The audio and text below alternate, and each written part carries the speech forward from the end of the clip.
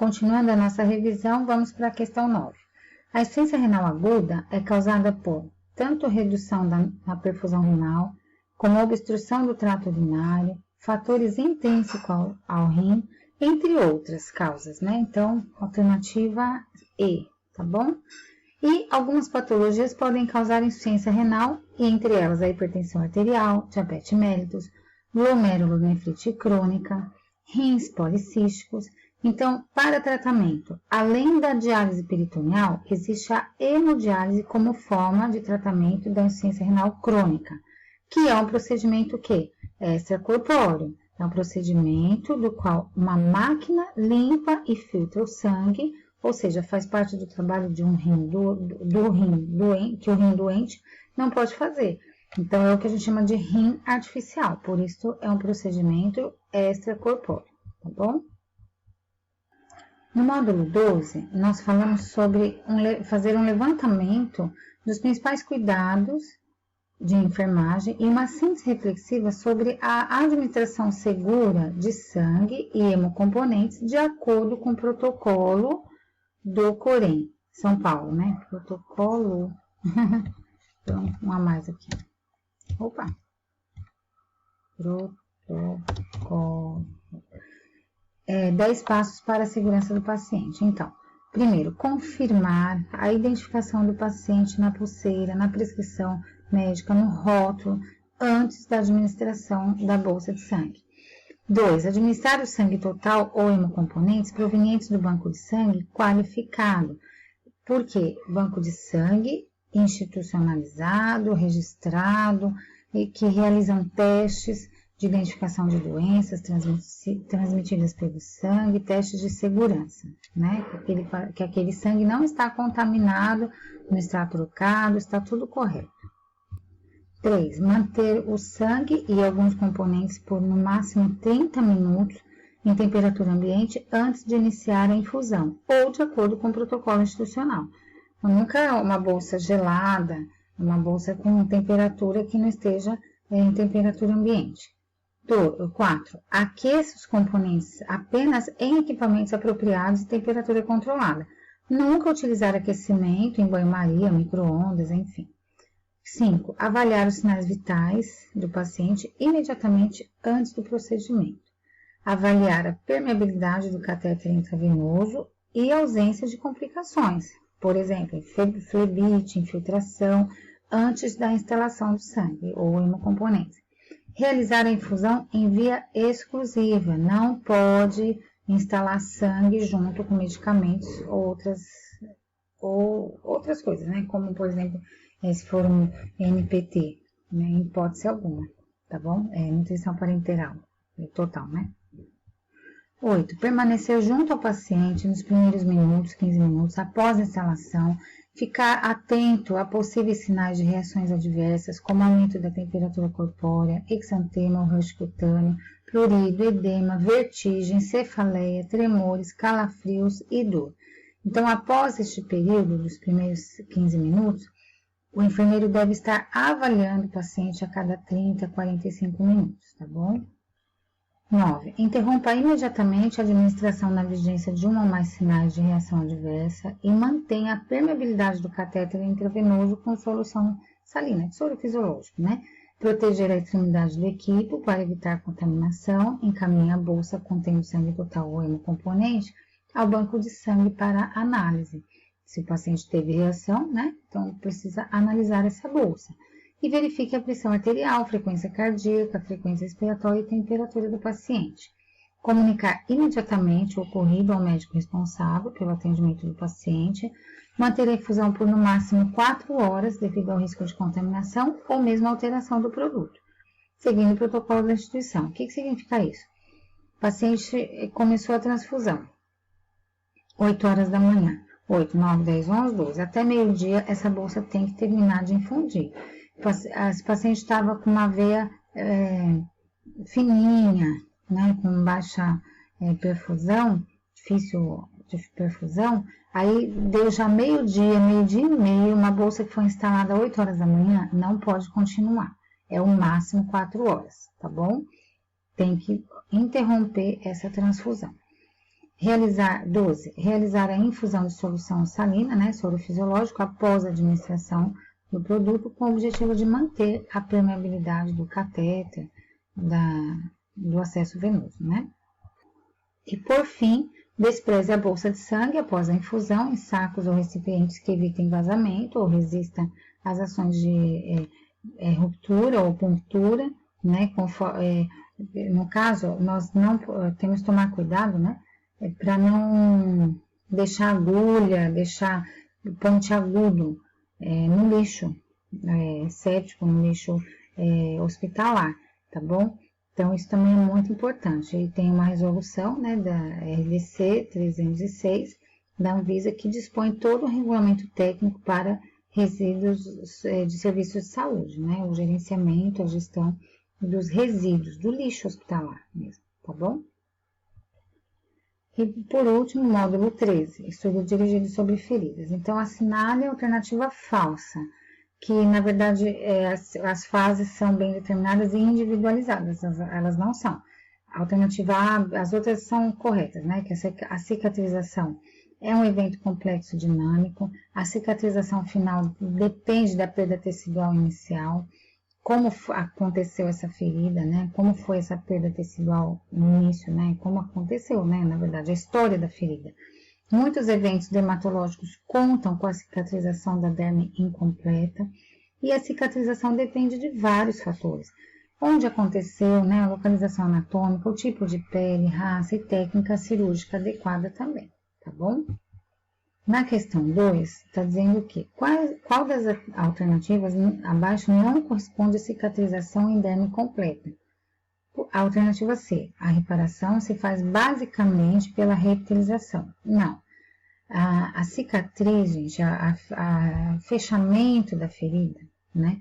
Ela é uma cicatriz o quê? Perceptível, muitas vezes é pronunciada, necessita de formação de um novo tecido e ela pode se estender até o tecido celular subcutâneo. Ou seja, quando você tem uma cicatrização completa, você tem todas as fases, né, sendo super importante que aconteçam de forma adequada, sem interferência de fatores que prejudicam a cicatrização, como principalmente a infecção, né, e necessita de um tecido novo, tecido de granulação, revascularização, né, e precisamos acompanhar fase a fase, tá bom? Então, ela é todo um conjunto complexo mesmo. Muito bem. Em relação à coagulação, nós podemos afirmar o quê? Que inúmeros produtos, como substâncias vasoativas, são liberadas e são importantes apenas para essa fase. Então, essa fase de angiogênese, de tecido de granulação, nós temos o quê? Substâncias vasoativas mesmo, né? Que vão controlar toda a parte de circulação, coagulação sanguínea, tá bom?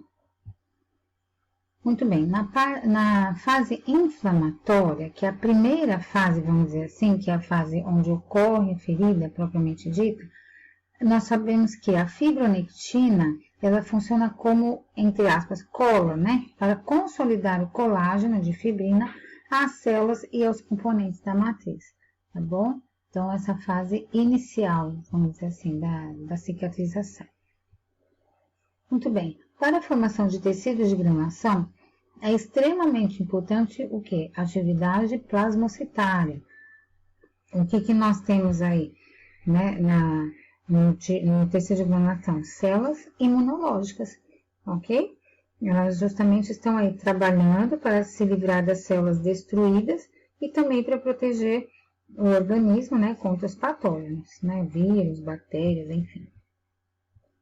Em relação à contração da ferida, é errado afirmar que ocorre em todas as feridas de espessura parcial. Então, a contração da ferida é um movimento centrípeto das bordas, né? As bordas elas vão contraindo em direção ao centro, né? Ocorre mesmo quando tem enxertos, pode passar de 50% em cicatrizes por segunda intenção e facilita por diminuição da área e reparo de defeito cutâneo.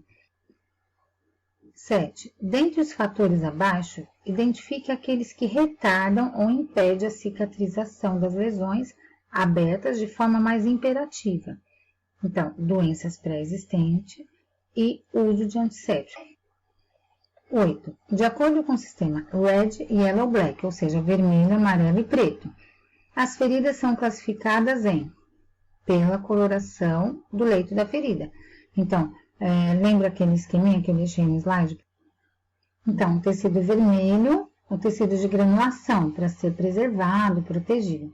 Tecido yellow, o tecido amarelo, indicando um tecido inviável, que deve ser retirado. E o tecido black, né, preto, indicando o tecido necrótico, que tem que ser desbridado mesmo, tá bom?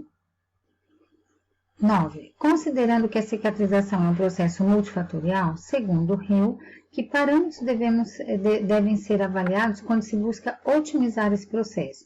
Então, os parâmetros profissionais, clientes, indústrias e instituições. Então, os profissionais sabem fazer curativo, avaliar feridas, usar os produtos, os curativos de tecnologia, né, caros, inclusive, que estão disponíveis.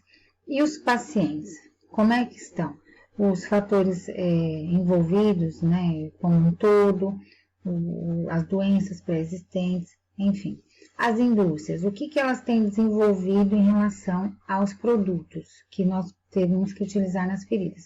E as próprias instituições. Muitas vezes nós temos né, aliás, mais de 3.000 produtos aí no mercado para feridas, mas a instituição não consegue adquiri-los, ou o convênio não paga, enfim, tá? Não cobre, né? Enfim, tá bom? Então, na verdade, são esses aspectos que devem ser avaliados, né? Esses parâmetros devem ser vistos com carinho e nós devemos fazer um planejamento adequado para o cuidado com as feridas. Dos elementos abaixo, assinale aqueles que têm influência direta sobre a decisão do tipo de cobertura a ser utilizado. Então, vamos definir o curativo. O que nós devemos observar na lesão? O tamanho, o local e o tipo de exudato, alternativa B. Na questão 11, fala-se sobre a limpeza das feridas abertas, que é um assunto controverso, mas alguns consensos recomendam que a limpeza de feridas crônicas deve utilizar antissépticos e a técnica deve ser estéril, e a limpeza da maioria das feridas abertas deve ser com o uso de soluções isotônicas através de irrigação sob pressão controlada, que é aquela técnica de uso da seringa com agulha, né, em jato, tá bom? Sob pressão controlada, né, que é a seringa de 20 ml com agulha 40x12, então alternativa A e D. 12. A prescrição de tratamento baseado em estudos clínicos controlados deve-se levar em conta o quê? A necessidade do paciente, a necessidade da ferida e os resultados dos estudos clínicos. Por quê? Porque toda a nossa prática é baseada em estudo científico e não em empírico, né? Em tomada de decisão empírica, baseado só na nossa experiência, tá bom? A nossa experiência é de grande valor, sim, é expertise, né? Porém, toda a nossa tomada de decisão ela deve ser baseada em estudos, em conhecimento científico comprovado. 13. Assinale a alternativa correta. Então, é a D. A competência dos profissionais influencia de maneira mais efetiva no processo de cicatrização do que os recursos existentes. Isso é uma grande verdade. Por quê? Muitas vezes nós não temos o melhor curativo mais caro, a marca mais indicada para aquele paciente, aquela ferida. Porém, o enfermeiro que está acompanhando sabe fazer um bom uso dos recursos que tem ali em mãos, tá bom? E por fim, os recursos disponíveis no mercado para o tratamento de feridas podem ser classificados em dois grandes grupos, os agentes tópicos e as coberturas, os curativos, tá bom? Então, bons estudos, boa prova. Fiquem tranquilos, ok? Vocês são ótimos e eu tenho certeza que Deus vai abençoar vocês nessa prova. Um beijinho.